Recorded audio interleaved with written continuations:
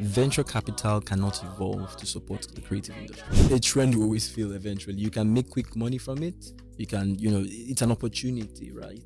But to build something that endures, you have to go beyond the trend. Capital is a stewardship opportunity. You're stewarding it, not for your own benefit, particularly. You're stewarding it for the flourishing of others, right? You're building a business to help others flourish. So, and this is exactly the message that we try to pass across the founders. Joba Adejumo, welcome to Signals 91.3. Thank you for having me. Okay then. Now we are discussing Creative Spark, the capital strategy. I know in the mind when they were preparing this topic for me, it's for them it bordered around people have ideas, and simply put, how do we turn ideas into money? And so Creative Spark suggests ideas comes before money. Yeah. What was your own creative spark into venture building? That's an interesting question. Well, for me, really, I think it started from a place of discovering that there's a problem in the ecosystem. So to give a background, I was a founder myself, and I'd started up businesses in the past, right? For example, around the time of 2019 towards 2020, I was into property technology. That's real estate. Yeah. Essentially, what we're doing at that point in time was building technology for real estate developers to support their property visualization. And I saw that there was a problem there. The problem there was that, property owners didn't have effective ways to showcase their properties. And we're trying to solve that problem with technology. And in the course of building that product or building that company, we had applied to so many startup support organizations. We call them SSOs, right? And what we found was that it was quite hard to build because we needed support, we needed mentorship, we needed funding, we needed a whole lot. And eventually the business failed, right? We didn't scale. One of the reasons being that we didn't get the support that we needed. And I'm like, look, this is a problem, and I'm sure I'm not the only one going through this kind of problem. So I would say that was my creative spark, that just made me realize that, look, it's important to see how to then help people. As opposed to going back into business, how do I go into the business of helping people? Business of helping people. Now, do you think creativity is an investable asset? Well, it is, of course, an investable asset, right? But at the very core of it is still raw talent. When you're talking about manufacturing, for example, you have the raw material, but the raw material is not what you take to the market, right? Because, of course, no one will buy raw material. So the whole creative thing is still raw, right? You still have to add, a couple of other things, structure things, make it even more presentable before you then take it into the market, right? So yeah, at the core of it, it is still raw talent. Why do you want to back companies in this space? Media, entertainment, tech? Because I've been hearing you say tech, property tech. I'm wondering, Joba, explain. Very interesting. It's as simple as agenda, right? For us, we like to say it this way at Greylight. So the company is called Greylight, the firm is called Greylight. And we like to say it this way: we build and invest in companies that shape culture. Okay. What do you mean by shape culture? Yeah, thanks for that question. So, of course, with shaping culture, that means, companies that have the capacity to do three things: determine what gets attention from people, determine what people imagine that they can become, and also determine the behaviors of people as well, right? So, attention, imagination, and behavior. Shaping minds, mind share, and all of that. So that's essentially culture. So being able to do all of this at scale, right, that's important. So for us, why we are in this industry really is because we see that the media and entertainment, or media, entertainment, and technology, METs, like we like to call it, really, these are the or the windows through which culture is shaped at scale, right? And you find that whoever owns any of these things have the capacity to determine what people pay attention to. True. What people become, what people imagine that they can become, and how people behave at scale. And that's what we want to try and do from a redemptive posture. Why redemptive posture? Yeah, you're going to be like the one that wants to say God. Why redemptive posture? But what I'm asking that is, businesses start, Yeah. businesses fail, Yeah. businesses come back, Of course. and so let's start, let's pause, let's come back.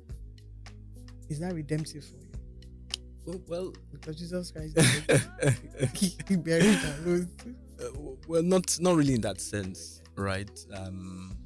When we talk about redemptive, we talk about initiatives or businesses that have the capacity to restore, restore flourishing, promote human flourishing. Businesses that have the capacity that are built from a place where they're serving people, right, not exploiting people, right? So yeah, that's what we talk about when we say, or that's what we mean rather when we say redemptive, right? What makes a company worth backing beyond a strong pitch deck? I'm sure you've seen different businesses Yeah, absolutely. I mean, I come across every day. at the very least, right? Especially when I was still working at Apollo Global, at the very least on a weekly basis, maybe up to 100 companies per week. Wow. Up to 100 companies per week that's come through the pipeline, right? And so, what makes a company very attractive beyond just the pitch deck? Yeah. Would be so many things, right? From our perspective, primarily, based on our thesis, it would be, of course, the founders themselves, right? Character, like we were speaking earlier, right? Is happens to be the most important thing for us, right? Being able to have, because again, anyone can build a business, anyone can put one or two things together, anyone can have access to capital, right? But the most important thing is really the person behind it, right? What are his intentions? What is the motive behind the person, and what's really making the person do what they want to do? Because that is what eventually leads to whether we call exploitation or flourishing, right? So really, at the end of the day, for us, it's just about the person, the character of the person behind the business. That's very much important as number one. Number two, of course, again, would also be the market, right? Beyond the pitch deck, beyond how cool it all looks, is how successful is that market? How not even successful, how large rather is that market, right? From from an opportunity perspective, right? And so I would say those two at this point in time, but primarily, most importantly, is the person behind the business, right? The character of the person. What is it behind the person? You've come across different people. Yeah, absolutely. As you asked, as you said that, I just remember so many people. Okay, so and you're going to share from your wealth of experience the kinds of people that you have met, and some come. Is it wolf in sheep clothing or sheep in wolf? It's wolf in sheep clothing. Yeah. And some are like, is it the sweet talkers that get the money or the laid back people? Yeah. I mean, of course, you always have situations like that where people shape shift. Yeah, exactly, or pretend to be who they're not and stuff like that. And that's why the capital business really is not a I really wouldn't call it a quick transaction. It's something that takes time, and founders need to think about it from this perspective. You build relationships. It's first relationship driven, right? And with relationships, of course, when you're talking about going to beyond just months, going to a year at the very least, right? You get to know who you're really working with. So the pretense doesn't really work. Some people. You don't know some people until some monies will enter. No, agreed, right? Agreed. That happens, right? All the time.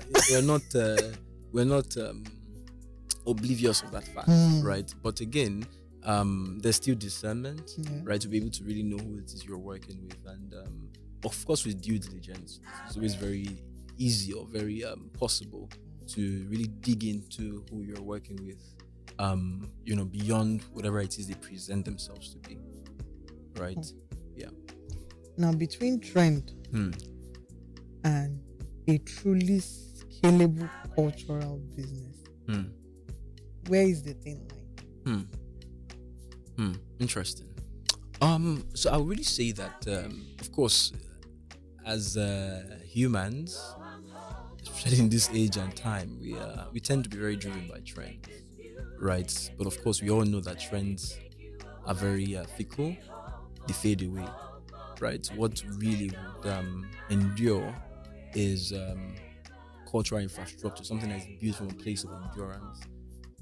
So of course, the thin line there is a trend will always fail eventually. You can make quick money from it. You can, it's an opportunity, right?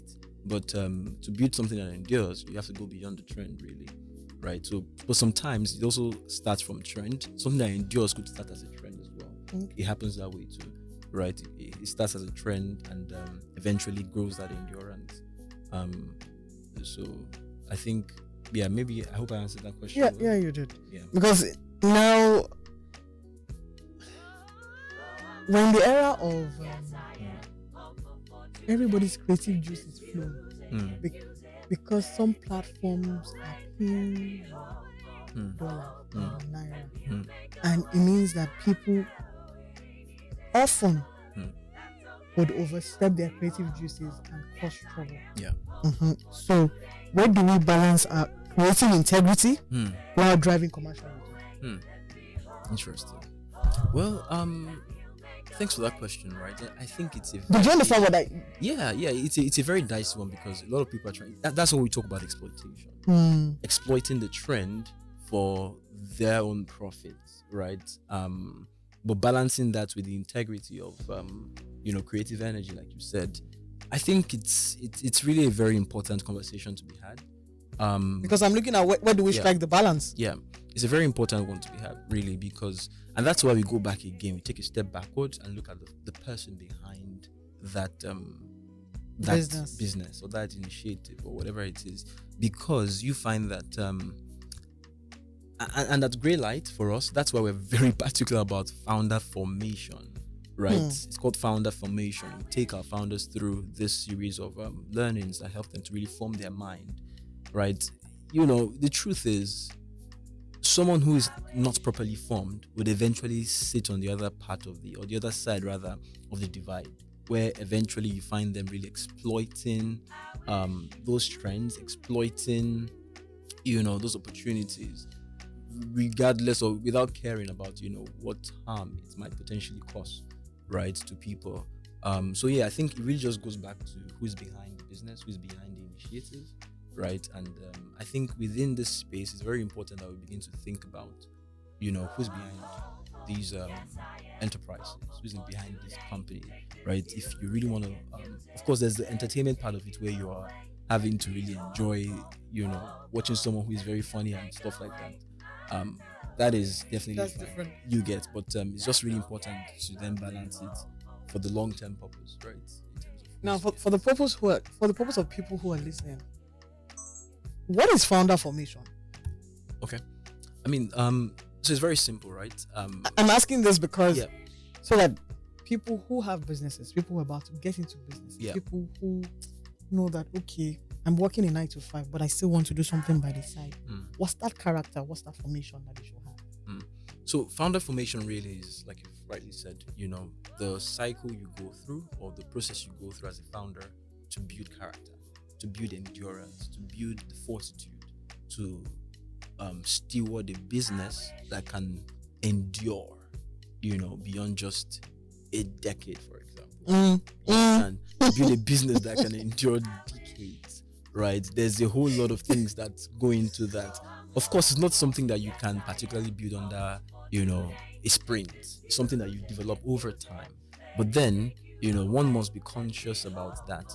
To make it very simple, it's just character formation for a founder, right? To be able to build an enduring business. Joba, yeah, giving me the vibes. We are discussing character, but you see that some. And that before we got on that we're talking about the greed factor. We're talking about some monies that some life-changing money, and we raised funds for businesses. So let's do this a little. Yeah. So you raise funds for a particular business.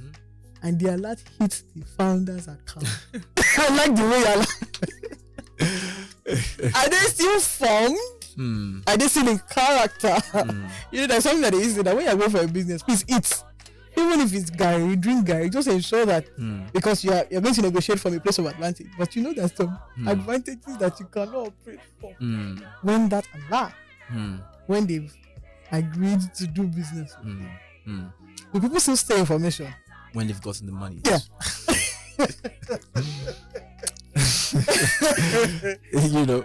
Well, at the end of the day, really, this would be a thing of experience. There's no theoretical answer to the question, right? Unfortunately, you find it that there are people that, of course, when the money gets wired to their account, I like that. That's a word. When it gets wired to their accounts, they just things change. As a matter of fact, just to share, some things that happen in the ecosystem. You find that there's some founders that raise funding. Next thing that they go to do is to buy Benz, right? They raise, hundreds of thousands of dollars, and they just go on to buy, Mercedes Benz and things like that. It's unfortunate it happens, right? But that's why we are intervening by saying, it's important to, we can always try. We can always, make the efforts to form these founders, to make them better, formed, ready to, realize that capital, you receiving capital is not for you to just spend anyhow. Capital is a stewardship opportunity. You're stewarding it, not for your own benefit, particularly. You're stewarding it for the flourishing of others, right? You're building a business to help others flourish. So, and this is exactly the message that we try to pass across the founders, So, yeah, there's no theoretical answer to that question, really. It's just it's a life answer. Now, how do you think venture capital needs to evolve to better support creative industries? Because every time as humans, we will never run out of talent. As humans, we will never run out of creativity. Even Nigerians are wildly creative with the little that they have. Yeah. But how?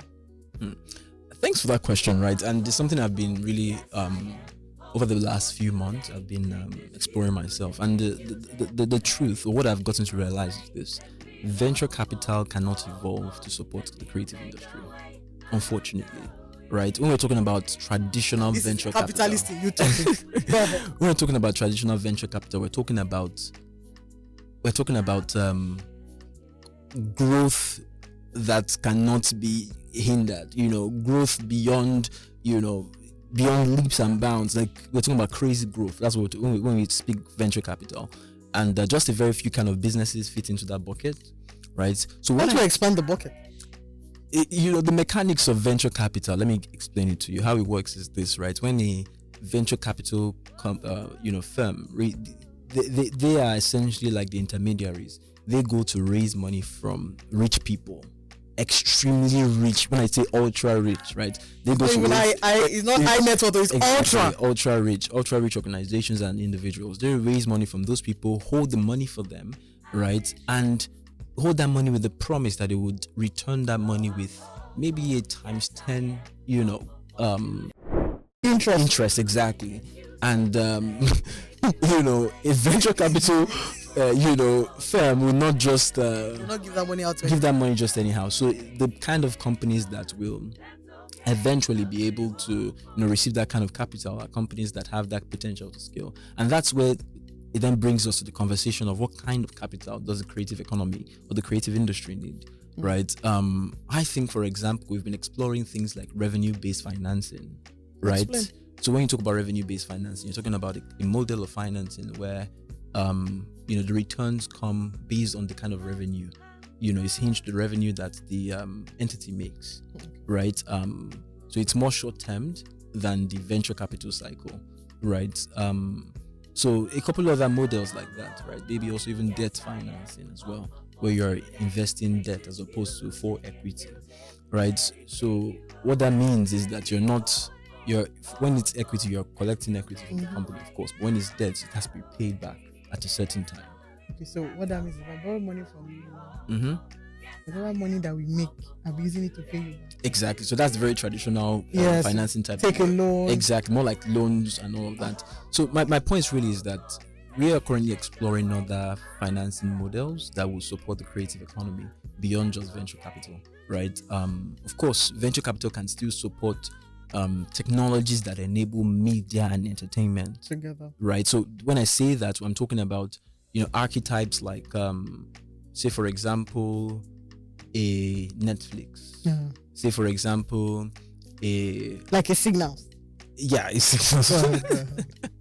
yeah, you understand what I mean. So Yes. those kind of technologies that have the capacity to scale beyond borders, right? Those are the kind of technologies that or media and entertainment technologies rather that venture capital can still support. But when you're talking about pure creative talent, filmmakers, you're talking about content creators, right? We have to talk about the different type of financing. For them. Exactly, not venture capital.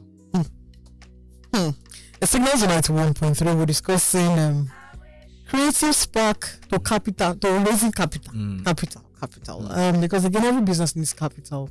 What kind of capital does a business need? What are the businesses that Joba wants to see and raise funds for? Interesting. So very simply, right? Simply put. Because I know people are listening. So Yeah, okay, yeah. lead us to Yeah, the absolutely. promised land. Very simply put, businesses that are building technology infrastructure. Like the AI lady that. Not necessarily. Okay. So she's providing a service. Service. That's more of a service, right? So businesses that are building technology infrastructure that can power media and entertainment. So say for example, content platforms. Okay. Say for example, community platforms. Right? Say for example, social platforms. These are platforms that allow, they're more of infrastructure than just products themselves. So they're service based. Not service based. They're product based. They are product based still. It's a very dicey thing because so just think about it that people that are building the ocean for others to come and carry water from. So that's something like that. So that's one end. Yeah, you're not giving me the right expo. The expo that I'm looking for. Because if you're saying community platforms, content platforms. Mm-hmm. So say for example you have Seller. Okay. Seller is they are the content platform. Exactly, or a publishing platform. Exactly, something like that. Seller Mainstack, right? Those are the kind of businesses we typically, work with. So, right? No, I'm not done actually. Okay. I like I'm not that. done actually. So there's a couple others, right? You talk about the Boom Plays, for example, right? You talk about the people building. So there's a company called Filmport as well. They are building something like Netflix. They are based out of Nigeria. So those kind of platforms. So that's just one end on technology infrastructure. But we are also actively, investing in creators themselves. Now, creators include filmmakers. They include, artists, right? They include, people that sit at the intersection of media, entertainment, that are actually creating, content creators. They create actual content within existing platforms. A filmmaker that produces on YouTube, for example. Okay. And those kind of. Because I'm looking at Nigerians are creators. Yeah.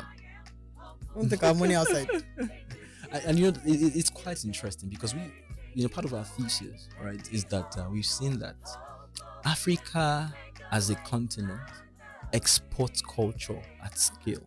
Now, what do I mean by that? You find that our music, our movies are going to the global audience at scale, the global audience. So in the US, in Paris, in London, Africa.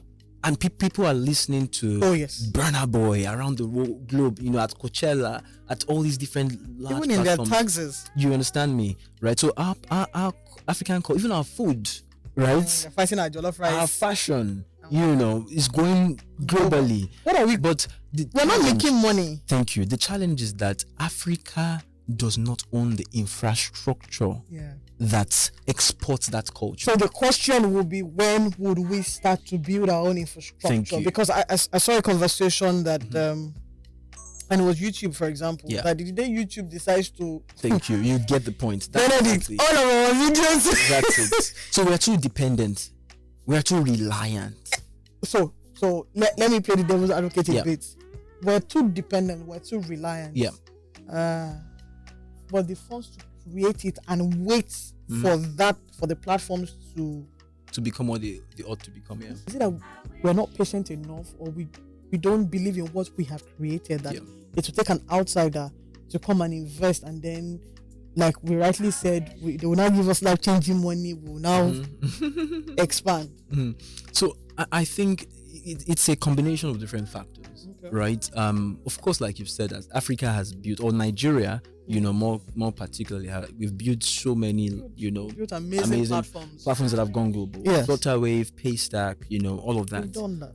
And it brings me to the second factor, right, which is really about the fact that it really has to do with the nuances of venture capital. Okay, explain. The nuance, like I explained previously, right? I was explaining that the way a venture capital fund works is that they work based on high growth returns. Platforms or products or companies that have the capacity to really produce high growth returns, right? And for most venture capital firms, you find it that it is harder for them to invest their money into a product that is not fintech producers that can produce that kind of high growth, because everyone transacts, everyone uses money, even the uneducated person in a southern state in Nigeria uses money points, Yeah. for example. So they the point is these platforms can go far and wide. So it's just the nuances of venture capital that creates that kind of bubble that you've seen right now. But then again, I think that it's really important for we as Africans ourselves to stand up and realize that, look, if we want to build platforms that are enduring rather, platforms that can export our culture at scale, Yes. it needs to come from us, right? And that's why we then begin to think about other ways of refining venture capital to fit those financing needs and things like that. It's a tough one, but we really need to just get there. So those a conversation you said you used to see 100 companies in a week. Yeah. What was the differentiating factor for all of these different 100 companies in a week? What do you think they were lacking? I like the way you're like, oh yeah. 99 out of 100 of them, there was no differentiating factor. Why? They were probably all doing the same thing. In fact, many of them you find that their pitch decks or their applications were written by AI. Right? No intentionality to it.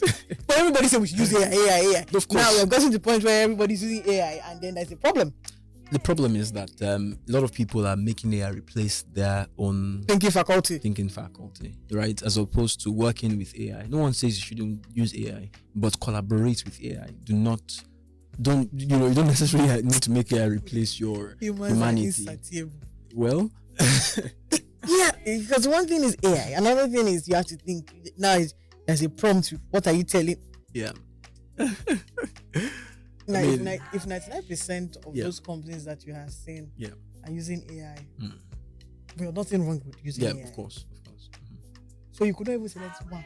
So the thing is, because of the now, I said that 99% of them were using AI. It doesn't mean that pitch decks. Yes, doesn't mean that all of them were actually bad. What I was just trying to point out was that there was not really so much difference from that face value. Exactly, from the face value.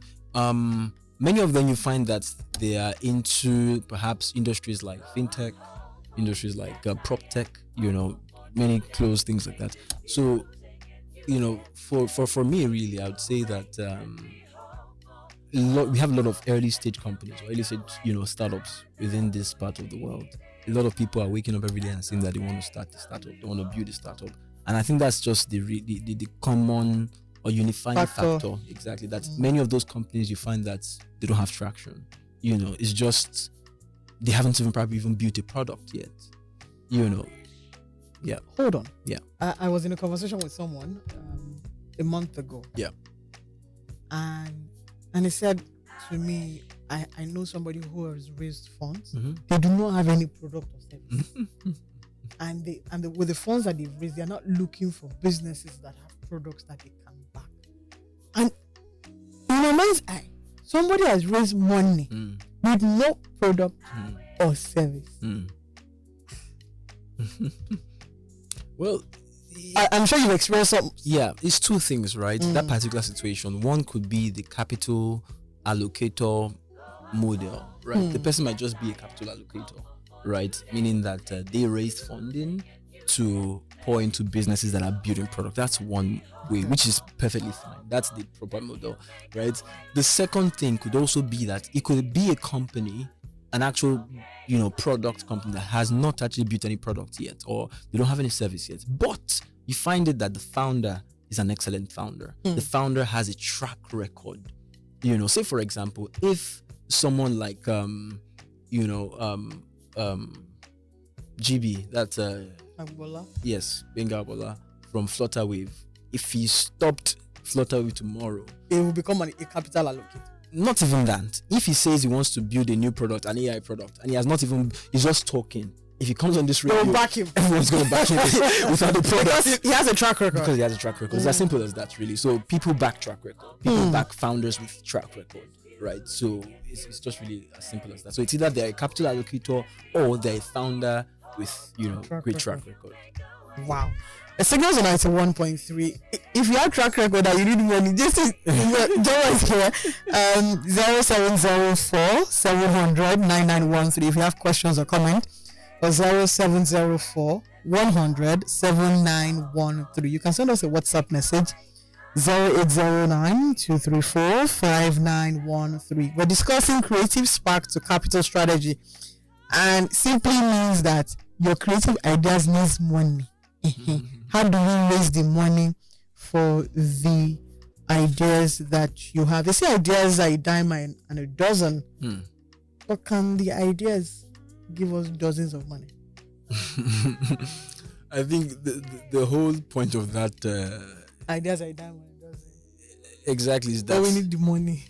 idea is you're just starting. That's just the starting place, right? It's not an idea would always be an idea. Everyone, can get an idea.